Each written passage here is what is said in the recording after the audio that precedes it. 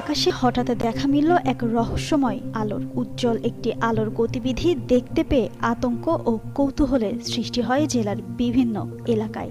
মুহূর্তের মধ্যেই বিষয়টি সামাজিক যোগাযোগ মাধ্যমে ছড়িয়ে পড়ে এবং আলোটিকে ঘিরে শুরু হয় জল্পনা কল্পনা। কেউ কেউ আবার দাবি করেন আলোটি যাওয়ার পর বিকট শব্দে কেঁপে ওঠে আশপাশের এলাকা। পঞ্চগড় শহরের পাশাপাশি সদর উপজেলার চাকলাহাট, হারিভাষা, সর্দাপাড়া, ময়নাগুড়ি, দেওয়ানহাট ও মালাদাম, বোদা উপজেলার কালীগঞ্জ এবং তেঁতুলিয়া উপজেলার বিভিন্ন এলাকায় একই সময়ে আকাশে আলোটি দেখতে পান স্থানীয় বাসিন্দারা। বৃহস্পতিবার সন্ধ্যার এই ঘটনার পর সামাজিক যোগাযোগ মাধ্যমে একাধিক ভিডিও ও পোস্ট ছড়িয়ে পড়ে। পঞ্চগড়ের বন্যপ্রাণী ও পরিবেশ আলোকচিত্রী ফিরোজ আল সাভা বলেন, সম্প্রতি উল্কা বৃষ্টি হচ্ছে, এটি তারই শেষাংশ।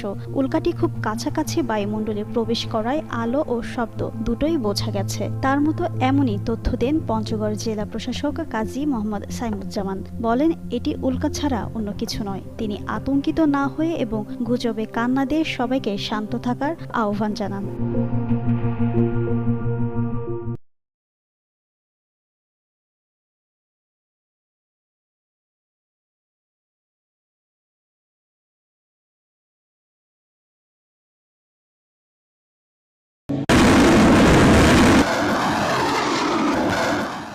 এমন দৃশ্য বিশ্ব আগে কখনো দেখেনি।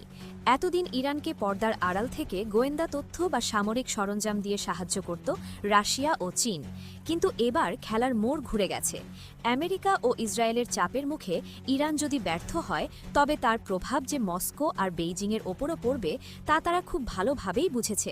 তাই এবার আর কোনো লুকোছাপা নয়, প্রকাশ্যেই ইরানের পাশে ঢাল হয়ে দাঁড়িয়েছে এই দুই পরাশক্তি। সামরিক জায়েন্ট বিমানের টানা শিপমেন্টের পর এখন হরমুজ প্রণালীর নীল জলরাশিতে নিজেদের উপস্থিতি জানান দিচ্ছে চীন ও রাশিয়া। ইতিমধ্যে চীন সেখানে পাঠিয়েছে তাদের ভয়ঙ্কর দুটি ক্যারিয়ার কিলার নৌবহর, আর রাশিয়া পাঠিয়েছে দুটি পূর্ণাঙ্গ যুদ্ধ জাহাজ বহর।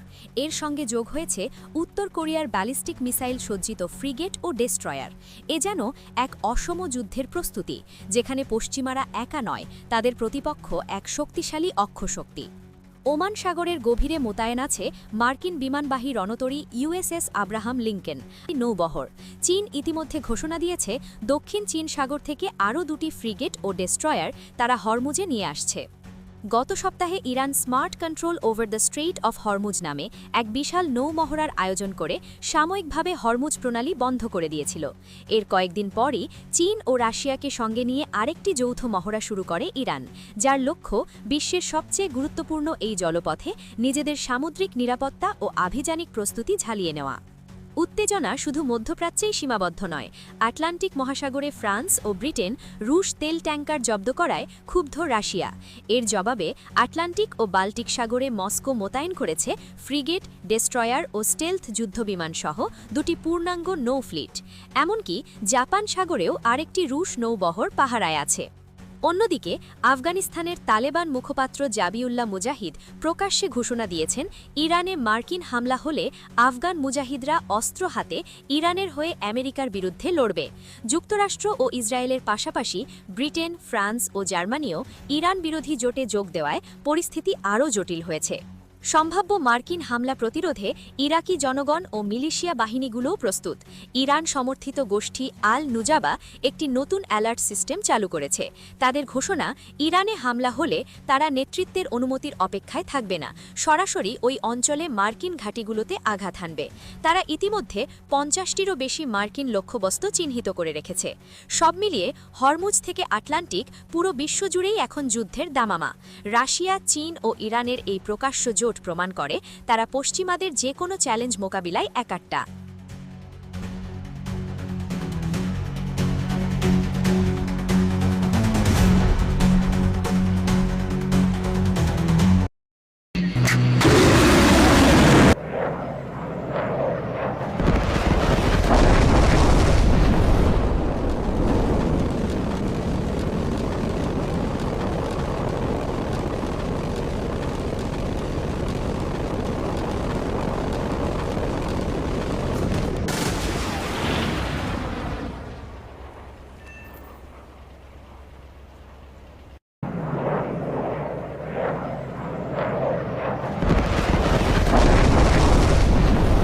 প্রস্তুতি নিচ্ছে, যা দেখে বিশ্বের বড় দেশগুলো চিন্তায় পড়ে গেছে। হরমুজ প্রণালী, ওমান সাগর, সব জায়গায় এখন যুদ্ধের হাওয়া বইছে।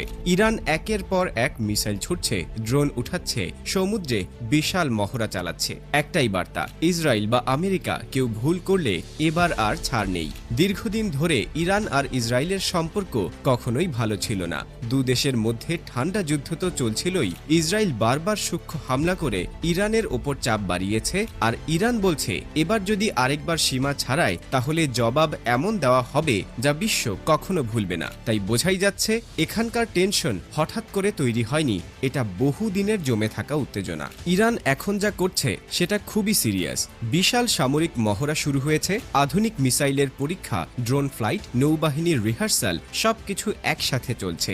এই যে হরমুজ প্রণালী, এখান দিয়ে প্রতিদিন বিশ্বের মোট তেলের প্রায় 20% যায়, অর্থাৎ এটা বন্ধ হলে পুরো পৃথিবীর অর্থনীতি নাড়িয়ে যায়। ইরান বারবার ইঙ্গিত দিচ্ছে যদি তাদের ওপর হামলা হয় তারা এই রুট বন্ধ করে দিতে পারে। তাই বড় দেশগুলো এখন ভয়ে ভয়ে তাকিয়ে আছে। সাম্প্রতিক মহড়ায় ইরান কয়েকটি নতুন অস্ত্র দেখিয়েছে যেগুলো সত্যি বিশ্বের নজর কেড়েছে, যেমন হাইপারসনিক মিসাইল, যা সুপারফাস্ট, থামানো প্রায় অসম্ভব। আবার আছে লং রেঞ্জ ড্রোন, যেগুলো কম খরচে কিন্তু খুব কার্যকর। ইরান বলছে এই অস্ত্রগুলো দিয়ে তারা 2000 কিলোমিটারের মধ্যে থাকা যে কোনো টার্গেটে আঘাত করতে পারে, আর সেটা করলে ইসরায়েল পুরোপুরি শক্ট হয়ে যাবে। এই সব বক্তব্য শুনে ইসরায়েলও এখন অত্যন্ত সতর্ক।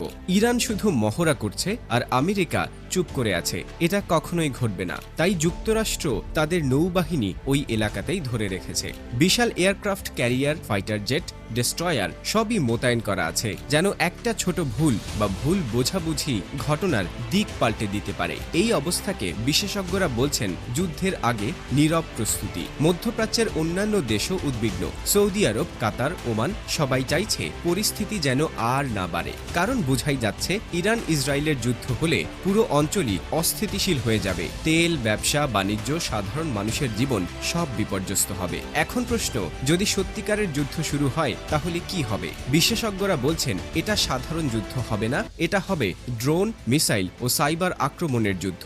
ইসরায়েলের প্রযুক্তি শক্তিশালী, কিন্তু ইরানের জনবল ও গেরিলা স্টাইল স্ট্র্যাটেজি ভয়ঙ্কর। দুপক্ষই জানে পুরো শক্তি নিয়ে লড়াই করলে ক্ষতি দুদিকেই ভয়াবহ হবে। তাই যুদ্ধ হওয়া মানে পুরো মধ্যপ্রাচ্যের অস্থিরতা, যার প্রভাব আমেরিকা, ইউরোপ, এশিয়া সব জায়গায় পড়বে। যুদ্ধ যদি হরমুজ প্রণালী বন্ধ করে দেয় তাহলে তেলের দাম কয়েক ঘন্টার মধ্যেই আকাশ ছোঁয়া হয়ে যাবে। পরিবহন খরচ, খাদ্যের দাম, ব্যবসা সবই বাড়তে থাকবে।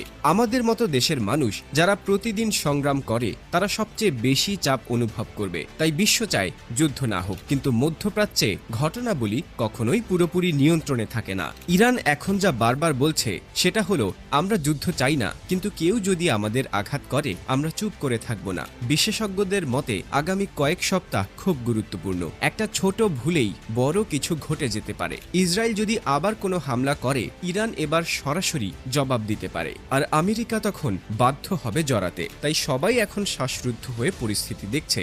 ফ্লাইট বাতিল, যে কোনো সময় ইরানে হামলা চালাতে পারে আমেরিকা ও ইসরায়েল, আর ইরান থেকেও ছোড়া হতে পারে মিসাইল। সেই আশঙ্কায় যাত্রীদের নিরাপত্তার স্বার্থে মধ্যপ্রাচ্যের দেশ সংযুক্ত আরব আমিরাত, ইরাক ও ইরান সহ একাধিক দেশের ফ্লাইট বাতিল, যে কোনো সময় ইরানে হামলা চালাতে পারে আমেরিকা ও ইসরায়েল।